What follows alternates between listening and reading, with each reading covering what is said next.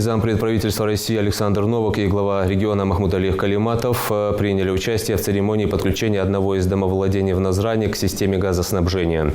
Высоких гостей встретили накрытым столом и концертом. Репортаж Хавы Гагиевой. Долгожданный момент для жителей этого дома начинается именно сейчас. Все работы в рамках поручения нашего главы Российской Федерации Владимира Владимировича Путина о подключении участков жителей к сетям газоснабжения без привлечения средств потребителей выполнены. Разрешите подключить?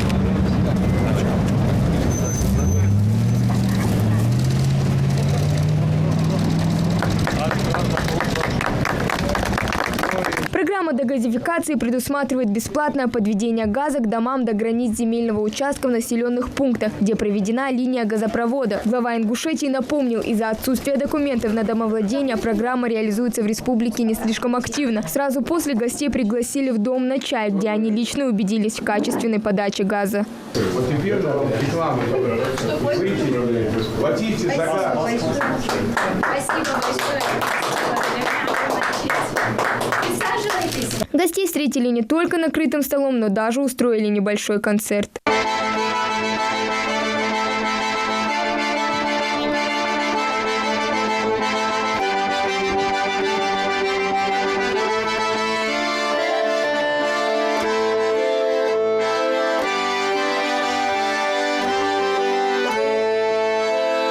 Сейчас для Хадижи Боковой домашние хлопоты будут только в радость. До этого дня семью Цулоевых выручали газовые баллоны, а дом отапливался при помощи электроприборов. О программе женщина узнала случайно. Отказаться от выгодного предложения просто не могла. Оформила заявку и спустя некоторое время заключила договор. Без газа, в принципе, жить невозможно.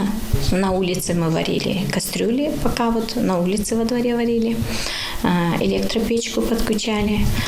Когда газ есть, это хорошо, просто в доме тепло, настроение хорошее, еда всегда вкусная, горячая. Важно, чтобы в каждом доме был газ. В рамках реализации программы в регионе предусмотрено строительство 2 газопроводов протяженностью 61 километр. Желающий газифицироваться сможет заключить договор с газораспределительной организацией. Для этого достаточно предъявить документы либо оформить заявку в личном кабинете. На сегодняшний день нами принято более 800 заявок на догазификацию. С нами уже заключено более 150 договоров о подключении технологического присоединения в рамках догазификации. Выполнены мероприятия по строительству подводящего газопровода до границ земельного участка 84 абонента, и фактически присоединение пусть газа произведено 35 абонентам. Закон о дегазификации принят по итогам послания президента Владимира Путина Федеральному собранию. Программа продлится до 2023 года. Хава Гагиева, Магомед Даскиев, Новости 24.